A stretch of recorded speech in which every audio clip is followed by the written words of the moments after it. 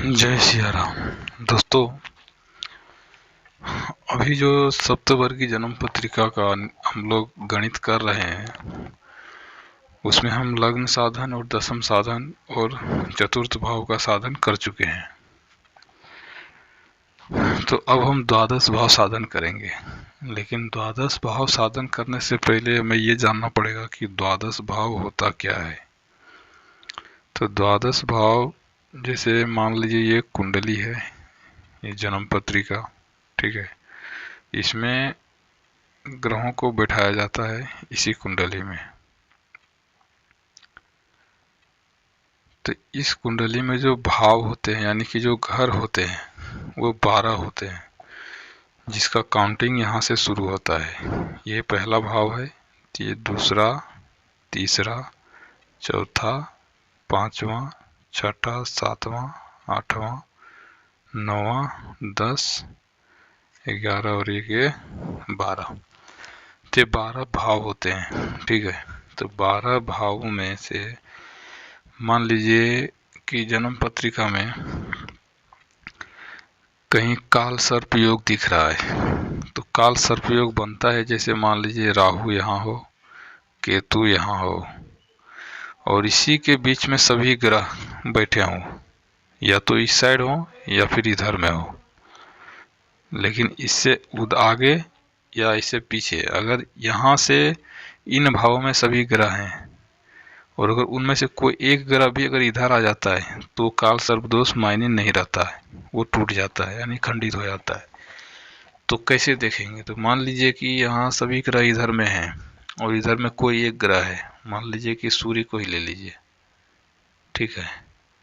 तो मान लीजिए यहाँ सूर्य है और बाकी सब यहाँ क्रमशः बैठा देते हैं कि सूर्य, चंद्र, मंगल, बुध, गुरु, शुक्र, शनि और ये राहु केतु तो है ये।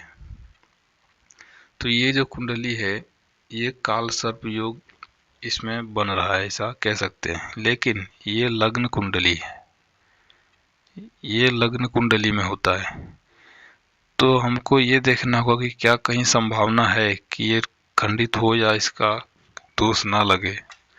तो उसको देखने के लिए, जैसे यहाँ पे सूर्य है, तो यदि ये लग्न कुंडली में यहाँ सूर्य दिख रहा है, लेकिन अगर चलित कुंडली में यही सूर्य अगर यहाँ आ जाते हैं तब फिर ये मान्य नहीं रहेगा, ये काल सर्प दोष इसको नहीं कहेंगे। तो वही सूर्य को यहाँ यानी कि अन्य ग्रहों को, कि ये तो लग्न कुंडली में है लेकिन एक चलित कुंडली होता है, और चलित कुंडली में ग्रह कहाँ पे हैं ये बहुत जरूरी होता है, क्योंकि वो फल उसी जगह का करेंगे जहाँ चलित कुंडली में ग्रह बैठे हों। जैसे यहाँ लग्न कुंडली में ये सभी ग्रह यहाँ दिख रहे हैं, लेकिन अगर चलित कुंडली में यही चंद्रमा यहाँ दिख रहा है और अगर चंद्रमा चलित कुंडली में यहाँ पर रहे तो इस जगह का फल नहीं करेगा, वो इस भाव का फल करेगा। तो चलित कुंडली का निर्माण करने के लिए द्वादश भाव साधन किया जाता है। तो अभी हम द्वादश भाव साधन करते हैं, और उसके लिए हमें जो लग्न है जो हमने निकाला था, वो लग्न में प्रथम षष्ठ्यांश, जो कि कल का वीडियो में हमने षष्ठ्यांश निकालना बताया था, और उस वीडियो में आप देख सकते हैं कि किस तरह से हम षष्ठ्यांश निकाले थे, यानी कि प्रथम षष्ठ्यांश और द्वितीय षष्ठ्यांश। अगर वो वीडियो नहीं देखें तो आप मेरा चैनल पर जाकर के देख सकते हैं। अब इसमें हम क्या करेंगे, प्रथम षष्ठ्यांश को जोड़ते हुए जाएंगे चतुर्थ भाव तक, 40, 0। और हमारा जो प्रथम षष्ठ्यांश है वो हम इसमें जोड़ देंगे। तो 15, 6, 39, 40, 15, 6, 39 और ये 40, इसको जोड़ेंगे तो ये इसका संधि आ जाएगा। एक चीज़ यहाँ पर ध्यान रखने वाली चीज़ है कि ये राशि है, ठीक है, ये अंश है, ये कला और ये विकला और ये प्रतिविकला। तो यहाँ तक तो कोई प्रॉब्लम नहीं होगा, लेकिन यहाँ आने से अगर गड़बड़ हुआ तो दिक्कत आ जाएगी। तो इसलिए हमने यहाँ पर लिख दिया है, क्योंकि राशि के अंश के स्थान पे 30 से ज़्यादा नहीं होना चाहिए। अगर 30 से ज़्यादा होता है तो उसको 30 का भाग लगा के इसको इधर एक राशि बढ़ा देते हैं। तो अभी देखते हैं 40,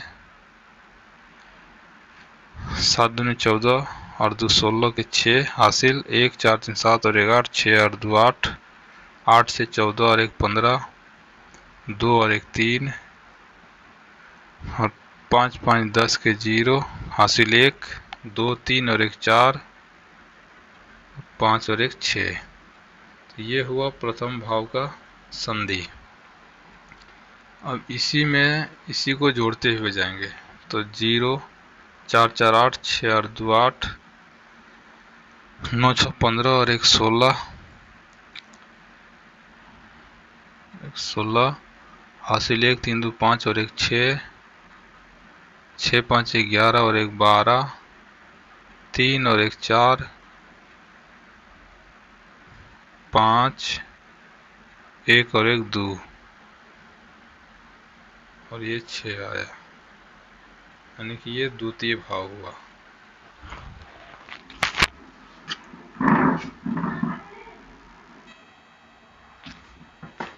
तो दोस्तों यहाँ पर आप देख सकते हैं कि हमने क्रमशः लग्न में प्रथम षष्ठ्यांश को जोड़ते हुए चतुर्थ भाव तक आए, और चतुर्थ भाव में आते ही जैसे ही जोड़ते क्रम में आए तो जो चतुर्थ भाव हुआ, ये हमारा कल जो चतुर्थ भाव निकाले थे वो यहाँ से मिलना चाहिए। जैसे हम जोड़ रहे हैं, और अगर यहाँ पे इन जो अंक जो यहाँ पर आए हैं वो कल जो चतुर्थ भाव निकाले थे उससे इसका मिलान होना चाहिए। अगर ये मिलान नहीं होता है तो इसका मतलब गड़बड़ है, या तो जोड़ने में या फिर गणित में कहीं ना कहीं कोई फॉल्ट है, क्योंकि ये मिलान होना ही चाहिए, ये आवश्यक है, बहुत ज़रूरी है। तो हमने जो कल निकाला था वो इससे मैच करता है, यानी कि कल जो चतुर्थ निकला था वो 8 26 8 45 था, जो कि यहाँ पर भी लिखा हुआ है चतुर्थ भाव 8 26 8 45। तो यहाँ तक तो हमारा गणित सही है। अब इसके बाद हमको जोड़ना पड़ेगा द्वितीय षष्ठ्यांश को, और द्वितीय षष्ठ्यांश को जब जोड़ेंगे तो ये सब उल्टे क्रम में आता चला जाएगा। जैसे यहाँ से जोड़ रहे थे तो बढ़ रहा था, अब यहाँ से सब घटते हुए वापस यहाँ पर पहुँच जाएगा। तो द्वितीय षष्ठ्यांश को जोड़ते हैं और अभी देखते हैं कि क्या वाकई ऐसा होता है, क्योंकि द्वितीय षष्ठ्यांश हमारा जो है वो 14 53 20 और 20 है।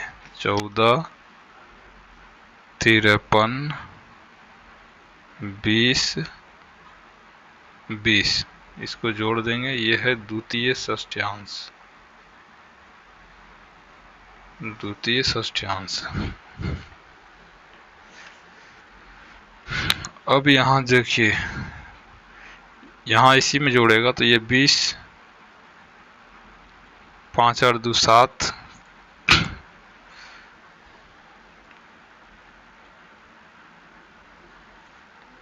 20 और 20 है दोनों, 20 20 20, यहाँ 22 लिख दिए थे गलती से।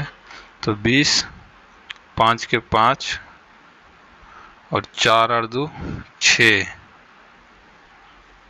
4 और 2 6, 6 का 0, 8 3 11 और 1 12, 5 और 1 6, 6 4 10 और 1 11, 2 3 और 1 4,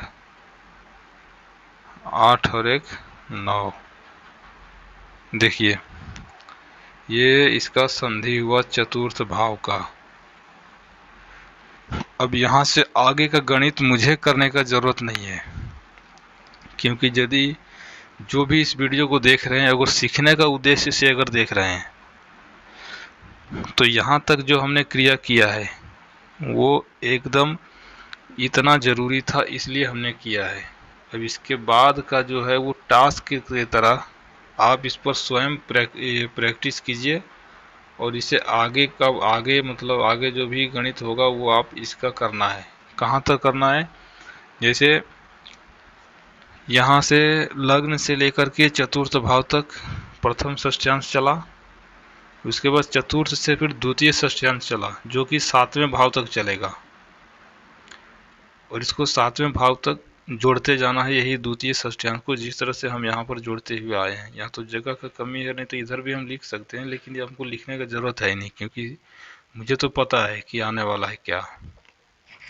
बताने के लिए हम ये एक तो जोड़ दिए थे कि यहाँ तक जो जोड़ते चतुर्थ भाव तक जो जोड़ते हुए आए थे वो संख्या हमारा क्या है 26 8 45, यानी कि 8 26 8 45। इसमें द्वितीय षष्ठ्यांश से जब जोड़ें तब जो इससे पहले वाला अंक हमने कहा था ना कि ये उल्टा मतलब अंक जो भी ऊपर में है उसी तरह से घसकता जाएगा, मतलब सब उल्टा आएगा। तो उसको ये समझाने के लिए हमने ये किया था कि हाँ देखिए, जब इसमें हम द्वितीय षष्ठ्यांश को जोड़े तो 20 आया, जो कि इससे पहले वाला में 20 है। 5 आया यहाँ पर, यहाँ भी 5 है, यहाँ 2 आया, यहाँ भी 2 है, यहाँ 11 आया, यहाँ भी 11 है, यहाँ पे 9 आया, यहाँ पे 8 है। तो ये चेंज होगा केवल राशि, बाकी ये सारे डिजिट ऊपर की तरफ बढ़ते जाएंगे। यानी कि जब आप जोड़ेंगे तब ये आया, इसके बाद ये आएगा, फिर इसके बाद ये आएगा, इसी तरह से 7वें भाव तक ये आते चला जाएगा। अगर आप 7वें भाव तक अगर इसको कर लेते हैं, उसके बाद अगर कहीं अटकते हैं तो कमेंट बॉक्स में कीजिएगा, फिर आगे का हम वीडियो बना करके डाल देंगे, क्योंकि बेवजह फिर इतना बनाने की ज़रूरत नहीं है। तो अभी के लिए यहीं पर समाप्त करते हैं। और अगर आप वीडियो देखते हैं और वाकई अगर सीखते हैं तो मुझे नहीं लगता कि इससे आगे कोई दिक्कत होगा, क्योंकि इसके बाद 7वें भाव के बाद क्या करना है वो हम अगले वीडियो में बता देंगे, लेकिन तभी बताएंगे जब कमेंट बॉक्स में मुझे ये मिलेगा कि हाँ यहाँ तक हमने कर लिया है, अब इसके आगे का बताइए तब। नहीं तो जय सिया राम, एंजॉय करिए फिर वीडियो। यूट्यूब पर देखने के लिए और भी बहुत वीडियो हैं। तो अभी के लिए धन्यवाद।